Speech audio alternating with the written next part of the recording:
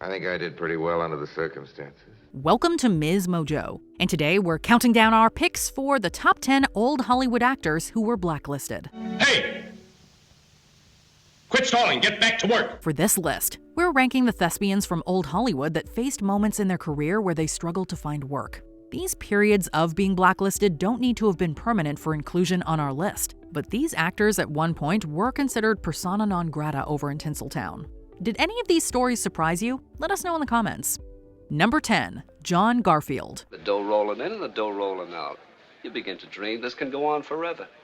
When I lose the championship, they'll have to carry me out. We need to state in advance that many names on this list were blacklisted for the same reason. This was the Red Scare, a sentiment that's been around in one form or another since before the 1920s. It specifically speaks to a widespread fear of communism, and old-school Hollywood actors like John Garfield often felt the brunt of this fear. There did come a time when the committee and the studios, they came together to decide, okay, now we're really going to put the heat on him. So we're talking a minimum of 9 years under investigation. This was due to Garfield's refusal to name names of fellow Hollywood actors who harbored pro-communist sentiment. The actor had previously received Academy Award nominations for his work in the 1940s, but was effectively unhireable only a decade later. What's the matter with people anyway? Why do they have to bet? It's a racket. Don't they know? They know it's a racket. Number 9, Edward G. Robinson. Younger viewers may not know the name Edward G. Robinson, but it's likely you know his voice, or at least other actors who've performed impersonations of him. I'll show them where they get it. Hello? Hello, listen, I want part 1000. Yeah. Hell, I can't take it no more. For years, Robinson's performances served as go-to examples of the classic cinematic gangster. Movies like Little Caesar forever cemented Robinson's gravelly voice and tough guy looks with the crime cinema genre, but the actor's liberal views held real-life consequences. Yeah, money's all right, but it ain't everything. Now, be somebody. Look hard at a bunch of guys and know that they'll do anything you tell them. Have your own way or nothing. Be somebody. He named Hollywood screenwriter Dalton Trumbo to the House Un-American Activities Committee, but this wasn't enough to totally save his career. Robinson's politics made it difficult for him to find high-profile work after the Red Scare, leading him to pursue more low-budget work as a way to make ends meet. You think I can't take it no more?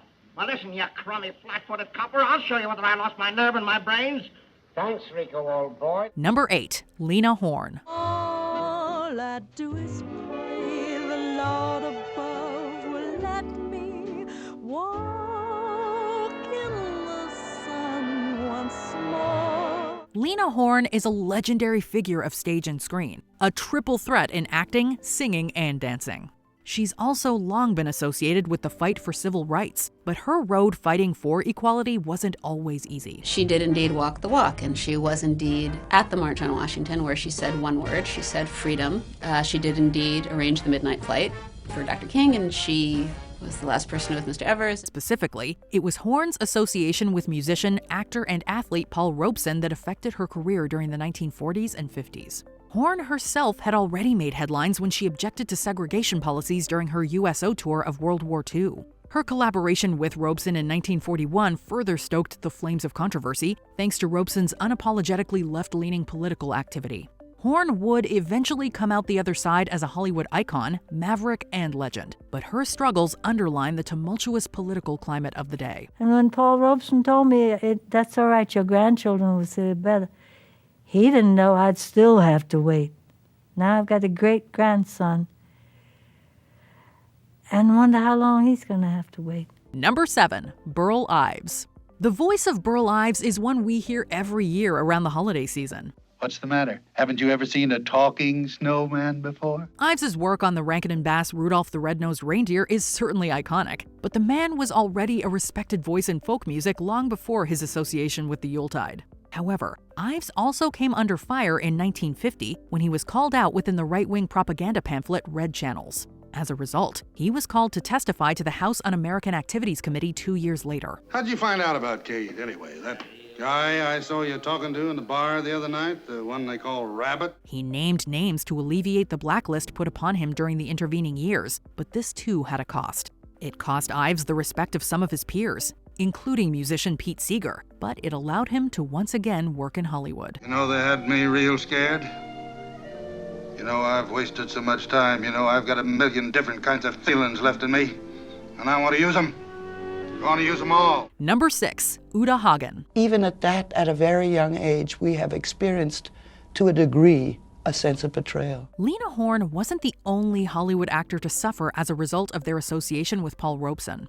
Uta Hagen earned rave reviews for her performance in the original Broadway production of Who's Afraid of Virginia Woolf, yet wasn't able to fully transition into acting until the early 1970s. But God does not mean that we should miss too much what He takes from us. Hagen was blacklisted in Hollywood, yet she retroactively saw this period as something which, in her words, quote, kept me pure.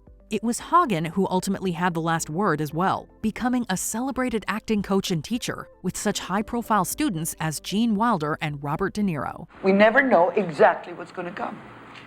We expect something, and sometimes we do get exactly what we expected, and then we're already on to the next. Number 5, Lloyd Bridges. It may be forgotten today, given the length and breadth of Lloyd Bridges' career, but this Hollywood legend also suffered from blacklisting. If I'm good enough to hold down the job when there's trouble, how come the city fathers didn't trust me with it permanent? It occurred after Bridges was summoned to speak in front of the House Un-American Activities Committee. The actor admitted that he once had been associated with an acting group that possessed ties to the Communist Party. I turned it in and quit. Smart move. I didn't ask you for your opinion. Bridges was briefly blacklisted as a result of his work with the Actors Laboratory Theater, and initially worked primarily on television shows. He continued to work throughout the 1960s and 70s, before landing one of his most high-profile roles in the 1980 comedy classic Airplane. Looks like I picked the wrong week to quit smoking. I want the best available man on this. Number 4, Orson Welles. I'm Charles Foster Kane.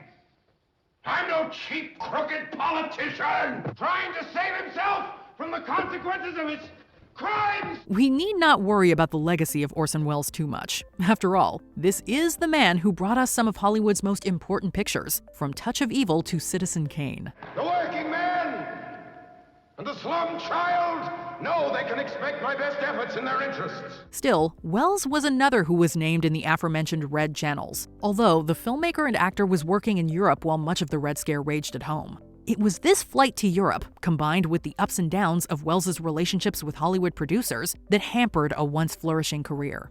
Welles would recover with awards, accolades, and more for his accomplishments, but his blacklist proved that no one was immune from McCarthyism in the 1950s. I think I did pretty well under the circumstances. Number 3, Charlie Chaplin. Better get up on the roof. No, stay here. Come on, they'll kill you. No, stay and fight. Charlie Chaplin is another name, like Orson Welles, that feels synonymous with classic old Hollywood greatness. However, Chaplin's political beliefs and his dedication to them always served as a lightning rod for controversy. Let us fight for a new world, a decent world that will give men a chance to work, that will give youth a future and old age a security. By the promise of these things, brutes have risen to power, but they lie. They do not fulfill that promise. They never will. The Little Tramp never shied away from inserting savage political commentary into his filmmaking, such as in 1940's The Great Dictator. However, Chaplin would find himself an artist without a home on September 19, 1952, after the U.S. Attorney General James P. McGranery revoked Chaplin's re-entry permit for the United States. This was on the provision that Chaplin then be interviewed with regards to his left-leaning politics and, quote, moral behavior before being allowed to return. You want to start a world war? I'll get you one. You win the world, I'll throw in the ocean. Number 2, Tippi Hedren. Tippi Hedren's blacklisting in Hollywood is one of the few on this list having nothing to do with communism. Instead, the roots of Hedren's career woes lay at the feet of one man, Alfred Hitchcock. It is the worst thing to be the object of someone's obsession if you're not interested. It became unbearable. Hedren's experience was detailed in the 2009 book Spellbound by Beauty, Alfred Hitchcock and His Leading Ladies, and dramatized in the 2012 HBO film The Girl. Both describe situations of mental and physical abuse that occurred during the filming of Hitchcock films Marnie and the Birds. He replaced mechanical birds with real ones in that famous attack scene from The Birds. That's not fake blood. She really was pecked in the face by the birds. Additionally, Hedren claims that Hitch made overt sexual advances on her and then sabotaged her career when these advances were refused. Meanwhile, others who knew Hitchcock, such as actress Kim Novak, defended the director's behavior to the lengths of their interactions with Hitch. I told you what happened. You don't expect me to believe that. Oh, I don't give a damn what you believe. Before we continue, be sure to subscribe to our channel and ring the bell to get notified about our latest videos. You have the option to be notified for occasional videos or all of them. If you're on your phone, make sure you go into your settings and switch on notifications.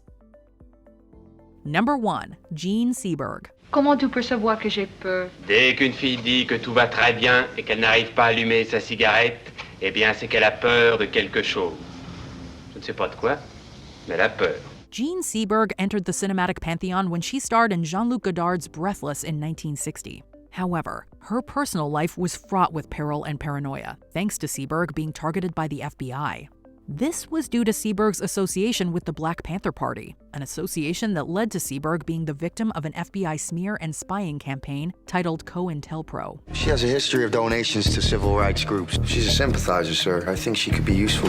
Seberg starred in a number of interesting European genre pictures during the 1970s, including Gang War in Naples and Kill, Kill, Kill, Kill. But it's alleged that her political affiliations negatively impacted her career prospects in the States. The Hollywood offers dried up, and Seberg tragically took her own life in 1979. A note with Seberg's body said, quote, "I can no longer live with my nerves." Cameras and the microphones turned against her, and that same private space that is so precious in her and so open becomes attacked by the state because of her idealism and her politics. Do you agree with our picks? Check out this other recent clip from MsMojo, and be sure to subscribe and ring the bell to be notified about our latest videos.